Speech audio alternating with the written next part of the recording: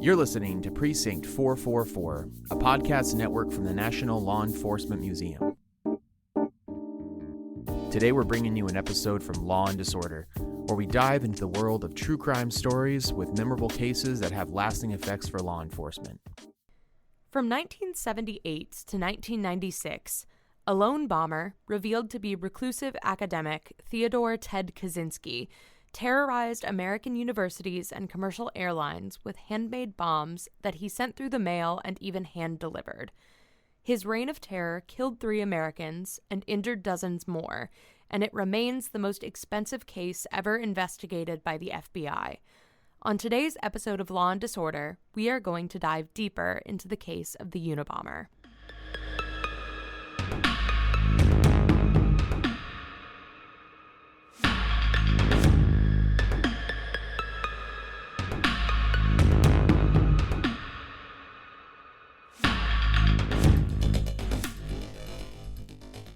On May 25, 1979, Buckley Christ Jr., a professor at Northwestern University in Illinois, found a package with his address on it. Suspicion kicked in, and he called campus security to come take a closer look. Officer Terry Marker lifted the lid of the package, which snapped a rubber band back to strike 6 match heads. These ignited a fire, which triggered the device that was packaged inside. Luckily, for Officer Marker and Professor Christ, the bomb was crudely constructed, and it only left the officer with minor cuts and bruises. But the situation was jarring. Who would send a bomb through the mail to a university professor? And who would have thought this incident would only mark the beginning of an elusive bomber's 17-year reign of terror? As the bomber continued to send his homemade explosives to his targets, they became more sophisticated, and some even deadly. He targeted primarily scholars, business executives, and commercial airlines, killing 3 victims and injuring 23 during his spree.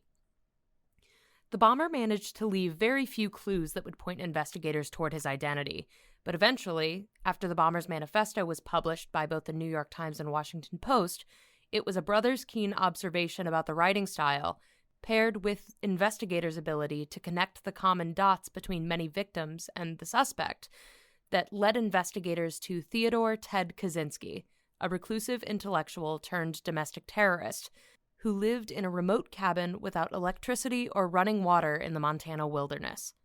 On today's episode of Law and Disorder, we will be diving into the most expensive case ever investigated by the FBI, the investigation of the Unabomber. So nearly a year passed between the first attack and the second, which also occurred at Northwestern University in Chicago. On May 9th of 1979, a graduate student was injured when he opened a box that looked like a wrapped present. It had been left in a room that was primarily used by graduate students. And a few months go by before a third attack, which occurs on November 15th of 1979. This is the first of these attacks that didn't target a university-specific victim. This attack was aimed toward a commercial airline. The cabin of the American Airlines Flight 444, flying from Chicago to Washington, D.C., filled with smoke after a bomb detonated in the luggage compartment. Luckily for passengers on board, the bomb did not work as effectively as it was intended, so the plane was able to land safely and no one on board suffered any life-threatening injuries. Though several passengers did suffer from smoke inhalation, nothing was fatal. But the incident left the public and law enforcement even more confused and honestly scared by the potential destruction that this bomber was capable of. This was the first attack that strayed away from university targets, and the thought of getting on a plane that had been loaded with a bomb was frightening, not only for professionals who were traveling for business, but think of families going on vacation. A second attack connected to commercial airlines occurs not long after, on June 9th of 1980. United Airlines President Percy Woods is injured after he opens a package that's delivered to his home that contains a bomb encased in a book titled Ice Brothers by Sloan Wilson. Then the airline bombings stop, at least for a while, and a series of additional university professors and targets are our next victims. In October of 1981, a bomb is found wrapped in brown paper in the hallway of an academic building at the University of Utah in Salt Lake City. Upon the bomb's discovery, it was safely detonated and caused no further injuries. But then in May of 1982, a secretary at Vanderbilt University is injured after she opens a package that had been sent to the head of the university's computer science department. In July, a package bomb is left in the break room of Corey Hall at the University of California, Berkeley, and it explodes and injures another engineering professor. After that, the bombings stop for almost 3 years. But in the wake of these attacks, investigators with the FBI's Unabomb task force are hard at work. They've teamed up with the Bureau of Alcohol, Tobacco, Firearms, and Explosives and the U.S. Postal Inspection Service to try and glean any information they can from these incidents, while also trying to connect them to one another. But these seem like, even though they're federal agencies, it seems kind of interesting that we have these 3 agencies working together to solve this case. How do they work together? What parts of this case bring those 3 agencies together? So let's break down some of these elements. So the bombs are primarily being sent through the mail. Some, it is discovered, are hand-delivered, but regardless, the U.S. Postal Service is being utilized to carry out at least some of these crimes. When crimes are committed through the U.S. Postal Service, they technically fall, at least partially, under the jurisdiction of the U.S. Postal Inspection Service, which is the law enforcement arm of the USPS. The U.S. Postal Inspection Service is tasked with trying to find where the packages containing the bombs are being sent from. Essentially, what they're doing is kind of looking to see from stamps that are put onto the package as they're being sent, postmarks. From the postmarks on the boxes, they're trying to and packaging, they're trying to figure out where these are being originally sent from, how close that post office is actually to the intended victim. Are they being sent from the same post office? Is there a specific house that they've picked a lot of packages up from, or a specific person that's come into that same post office multiple times? These are all things that they're considering as they're trying to find the origin of these packages and where they're being sent from. Any common information is going to be helpful in this case. But then what about the ATF? A part of the ATF's job in the Unabomb investigation is not only to find out who is building these bombs that are being mailed all over the country, but how are these bombs being built? What are they being built out of? How do they detonate? Essentially, how do they work? The FBI is here to try and figure out the psychology of the individual who's committing these crimes and trying to find his identity. But the ATF is going to help do that by essentially understanding the psychology of the device. The actual makeup of the device can tell us a lot about the person who put the device together, how complicated it is, especially in the mechanics of a detonator. Things of that nature can show proficiencies in certain areas of study. Think computer science, think mathematics, engineering, all of those kinds of areas. Different kind of key tells or characteristics that they can find from the actual construction of the bomb can tell us quite a bit about the person who designed it and put it together so that it would detonate. So essentially what's happening is the ATF is taking these blasts that are occurring once the package is opened or detonated, and they're essentially dissecting that blast to figure out from the detonated device how the device would work. So they're taking all of these different components, examining them, and trying to analyze them and work backwards from the actual detonation, the explosion, to create a replica of the device that they can study that will tell them a lot about how the device worked. And when they eventually catch this guy and have him take him to trial if he doesn't plead guilty, they can also use this replica device as a way to show the jury in a physical format what was really used to commit the crime. It can be very effective in a court of law. So the ATF builds a lot of these replicas. The replicas that the ATF is building, even though they understand how they're building it to understand how it detonated, building inert replicas of these devices so that they can understand its construction, how it fit in its packaging, how it was then packaged and shipped and then opened to actually detonate itself. They will build live replicas to make sure that the blast is similar, in some cases anyway, but the kinds of devices that they're really trying to reconstruct are going to be inert replicas.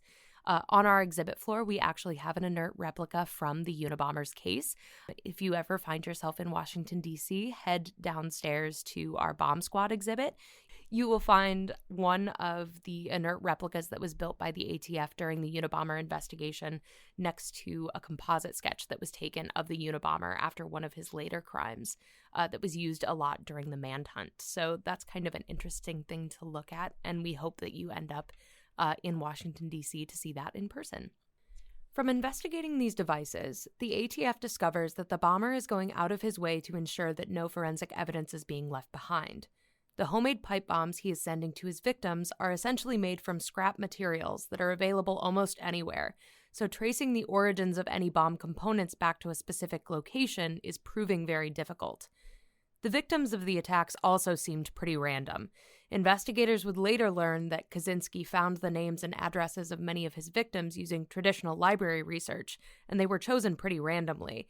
But from some digging into the origins of where these series of packages were sent, investigators were able to determine that their bomber may have lived in at least 3 cities at some point in his life: Chicago, Salt Lake City, and San Francisco. But it isn't until 1985 that one of the Unabomber's devices successfully kills its intended target. In September of 1985, a bomb is sent to Sacramento computer store owner Hugh Scruton, and it explodes, causing his death. It is the first fatality attributed to the Unabomber. Up until this point, his devices were really only causing injuries of increasing severity. It appeared that he had spent his time between attacks perfecting his devices. But then there's another year of silence, until February 20th of 1987, when another bomb is left in the parking lot of a Salt Lake City computer store. This device severely injures the son of the store's owner, but he does survive his injuries. But in this case, investigators will find a bit of a break. It turns out, this bomb was hand-delivered. A store employee is interviewed by investigators and states that they saw a man leave the bomb, or at least a suspicious package. This witness's account helped a sketch artist to create the composite sketch of the bomber that we most often think of when we hear of the Unabomber. It's a middle-aged man with curly hair, wearing dark sunglasses and a hooded sweatshirt with the hood up covering his head. This witness account and that composite sketch feel like a major step in the investigation.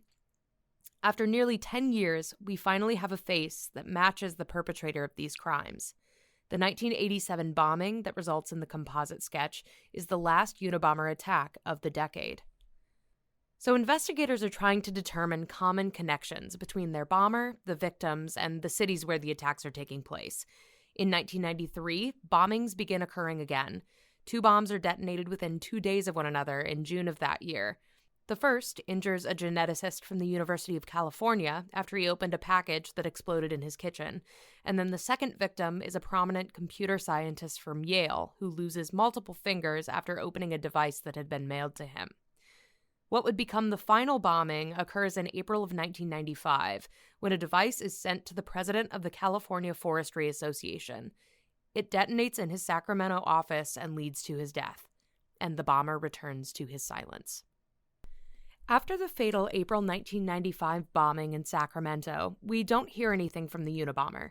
That is, until December, when the case is cracked wide open by the perpetrator himself. The Unabomber sent a 35,000-word essay to the FBI and a number of various media outlets. This becomes the Unabomber's infamous manifesto. The manifesto, entitled Industrial Society and Its Future, outlined the bomber's motives behind the attacks and his views on his quote-unquote ills of modern society. In it, he argued that technology had led human beings away from nature and toward what he called surrogate activities, such as popular entertainment and sports. He called for human beings to return to what he described as wild nature. In his view, this included an end to all scientific research. And this kind of answers the question as to why he targeted university professors. They're technically the ones who are studying the science and helping society to progress beyond wild nature. Arguments in the manifesto advocated for an ideology that opposes technology and rather supports the counter-ideal of nature. At one point, the author argues that technology and an industrialized society effectively destroys human freedom because it needs to regulate human behavior closely in order to function. Many academic critics have actually written that a lot of the ideas presented in the manifesto were quite reasonable.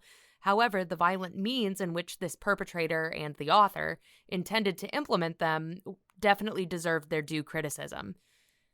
In his manifesto, the Unabomber also claimed that if his essay were to be published in full in a major newspaper, the attacks would cease. And while it sounded like a great promise, investigators heavily debated whether it was appropriate or not to publish the manifesto. The main debate was over how wise the decision would be to debate with terrorists. Eventually, FBI Director Louis Freeh and Attorney General Janet Reno approved the publishing of the manifesto, and it was widely circulated by both the Washington Post and the New York Times. It is September 1995, and David Kaczynski and his wife Linda Patrick are reading the anonymous Unabomber's manifesto. David Kaczynski has suspected that his estranged older brother Ted may be related to the Unabomber incidents, but up until this point, he really hasn't had any solid proof to bring to investigators. And he hasn't talked to his brother for years, so he can't really corroborate it either. But Linda reads the manifesto first, and then urges David to do the same. David recognized Ted's writing style, and he and Linda hired a criminal defense lawyer, just in case, who helped the couple to notify the authorities of their suspicion. David handed over letters that he had received from Ted over the years, and the typewritten letters were then compared to pages of the original manifesto, as well as analyzed linguistically to confirm that the documents were most likely written by the same author. With this fairly certain match, investigators began to dive deeper into Ted Kaczynski's past. He had been born in Chicago in 1942 to a working-class family and was one of 2 children. It was apparent from the beginning that he was a child of exceptional intelligence, especially when it came to mathematics. But he was fairly estranged from his peers, often described, as many violent offenders are, as being a loner. Kaczynski's academic reputation, though, was nearly stellar. He ended up skipping the 11th grade and graduated early from Evergreen Park Community High School. He even earned admittance and a full-ride scholarship to Harvard University at age 16. And then while studying at Harvard, again, Kaczynski was regarded as a loner with few friends, but he continued to excel academically. It was also while at Harvard that Kaczynski began to compile his complex philosophical beliefs. He participated in a controversial study run by psychologist Henry Murray. As part of the study, the subjects were asked to write an essay on their personal philosophies. Later, while hooked up to electrodes to measure their physiological response, the study subjects were subjected to hours of insults and personal attacks. The insults and personal attacks were created from the participants' essays. It is believed by investigators that Kaczynski's active participation in the study, which added up to over 200 hours over a period of 3 years, left him with lasting traumatic, mental, and emotional effects. Yet it did not impede his further academic success. Kaczynski graduated with his bachelor's degree in mathematics from Harvard in 1962, then went on to earn both a master's degree and a doctorate in the same discipline from the University of Michigan in 1964 and 1967, respectively. At the age of 25, after he completed his education, Kaczynski became the youngest assistant professor in the history of the University of California at Berkeley. He was hired to teach undergraduate geometry and calculus in the fall of 1967, and he did that for 2 years. However, after those 2 years, he resigned without providing a reason. Upon his resignation, he returned home to Evergreen Park, Illinois, and lived with his parents for 2 years, before using money he'd saved to purchase a plot of land outside of Lincoln, Montana, and build himself a cabin. In the cabin, he hoped to live self-sufficiently, teaching himself survival skills such as hunting and organic farming, but he also worked odd jobs in the rural area where he lived, and he did receive some financial support from his family. Then in 1975, Lincoln and the surrounding area became a place of growing amounts of real estate and industrial development, and this disturbed Kaczynski. His initial crimes were petty, mostly vandalism at construction sites, trying to slow progress of local lumber mills, and the like. His crimes, though, quickly escalated to the 16 bombings that resulted in 3 deaths and 23 injuries across multiple jurisdictions. On April 3, 1996, after receiving a search warrant for Ted Kaczynski's cabin, authorized by a federal judge in Montana, FBI officers descended upon the rural compound. It was there that they found Kaczynski in a very disheveled state, surrounded by bomb-making tools and parts, as well as over 40,000 pages of incriminating documents and journal entries, many of which were written in code. Kaczynski was indicted by a federal grand jury on 10 counts of illegally transporting, mailing, and using bombs, as well as 3 counts of murder. Although his attorneys recommended that he enter a plea of insanity, Kaczynski refused and instead pleaded guilty on all charges in January of 1998. Between the time of his arrest and Kaczynski's guilty plea, the FBI spent time decrypting many of these journal entries, trying to find the most incriminating of them to be used as evidence in trial. But there wasn't a trial. He did end up pleading guilty, and he was sentenced to 8 life sentences without the possibility of parole. But even though there wasn't a trial, this didn't stop the FBI from continuing to work on the Unabomber's case. The enciphered journal entries proved to be of great importance to the field of criminal psychology and for gaining a better understanding of the motives behind Kaczynski's crimes. Cryptanalysts on the Unabomber case spent an additional 10 years decrypting every page of enciphered material in the Unabomber's cabin. Ted Kaczynski remains in federal custody, and until December 2021, he had been incarcerated in the Supermax prison in Florence, Colorado. He was then transferred to the Federal Medical Center in Buechner, North Carolina, for health reasons that were not further specified. We hope that you've enjoyed this episode of Law and Disorder, where we've covered the Unabomber case, and we hope to see you again next month.